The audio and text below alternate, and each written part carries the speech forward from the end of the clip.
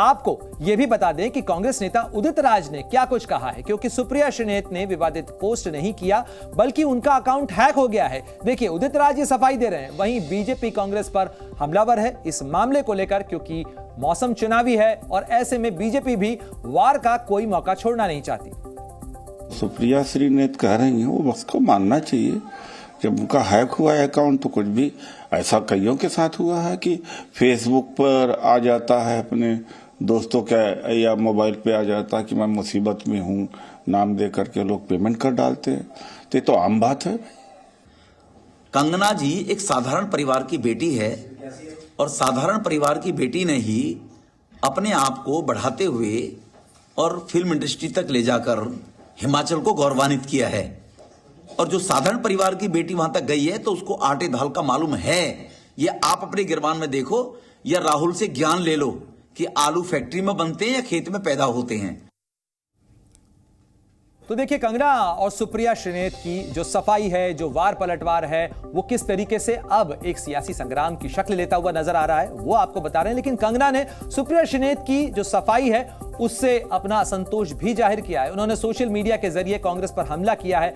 कंगना ने क्या कुछ लिखा है वो भी अब आपको दिखाते हैं। अगर किसी युवा को टिकट मिलता है तो उसकी विचारधारा पर हमला होता है। अगर किसी युवा महिला को टिकट मिलता है तो उसे सेक्सुअलिटी पर हमला के तौर पर उसका जवाब दिया जाता है। साथ ही कांग्रेस के लोग एक छोटे शहर के नाम का दुरुपयोग कर रहे हैं, यह भी कंगना की तरफ से कहा जा रहा है। और साथ ही कहा गया है कि मंडी का उपयोग हर जगह यौन संदर्भ में किया जाता है, सिर्फ इसीलिए इसमें एक युवा महिला उम्मीदवार है, इसलिए क्या इस तरीके की चीजें हो रही हैं। लैंगिक प्रवृत्ति प्रदर्शित करने के लिए कांग्रेसियों को शर्म आनी चाहिए। तो देखिए, कंगना भी यहां पर हमलावर नजर आ रही हैं और कहीं ना कहीं बैकफुट पर इस समय सुप्रिया श्रीनेत दिखाई दे रही हैं।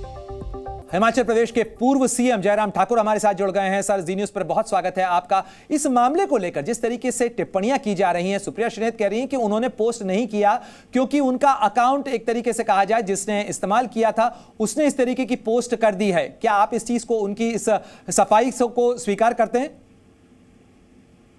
देखिए, जो उन्होंने किया है बहुत ही घटिया काम किया है और मैं कह सकता हूं कि एक महिला के बारे में इस प्रकार से टिप्पणी करे, ये कभी सोचा नहीं जा सकता है। और दूसरी बात, जिस प्रकार से वो क्लैरिफिकेशन देने की कोशिश कर रही है उसको कोई भी मानने के लिए तैयार नहीं है। आपके ट्विटर हैंडल से, आपके फेसबुक हैंडल से वो सारा शेयर हुआ और उसके बाद आप कह रहे हैं कि वो हैक हुआ है। अगर हैक हुआ है तो उनके खिलाफ आपको एफआईआर करनी चाहिए। आपने कहा कि मेरा अकाउंट का जो है वो कई लोग उसको चलाते हैं, तो इसलिए ऐसे कैसे हो सकते हैं? उनके हैंडल को कोई और लोग भी मैनेज करते हैं, तो ऐसा हो नहीं सकता है कभी भी। लेकिन जो भी हुआ है बहुत दुर्भाग्यपूर्ण हुआ है। हिमाचल देवभूमि को जयराम ठाकुर जी, इस मामले को लेकर आपका भी एक बयान सामने आया था जिसमें आपने मंडी के महात्म्य को लेकर भी कहा था। आपने कहा था छोटी काशी कहा जाता है। क्या आप इसे मंडी के अपमान की तरह भी देख रहे हैं? क्योंकि कंगना रनौत भी कह रही है कि हर समय मंडी शब्द का इस्तेमाल जो है वो यौन संदर्भों में नहीं किया जाना चाहिए। देखिए, मंडी का आपको इतिहास ये जानना चाहिए, ये मांडव्य ऋषि की धरती है और मांडव्य ऋषि की धरती के होने के नाते इस जिला का नाम जो है वो मंडी जिला रखा है। और इस तरह से इस इतिहास को इस प्रकार से कलंकित करना ये बहुत ही दुर्भाग्यपूर्ण है। और मैं यही कहूंगा कि मंडी को छोटी काशी भी कहा जाता है। सैकड़ों की संख्या में यहाँ पर मंदिर है जहाँ आस्था और श्रद्धा के साथ लोग जाते हैं। जयराम ठाकुर जी, एक आखिरी सवाल कि इस मामले को लेकर महिला आयोग ने भी संज्ञान लिया है, चुनाव आयोग से इस मामले की शिकायत की गई है। क्या बीजेपी भी इस मामले को लेकर शिकायत चुनाव आयोग से करने जा रही है?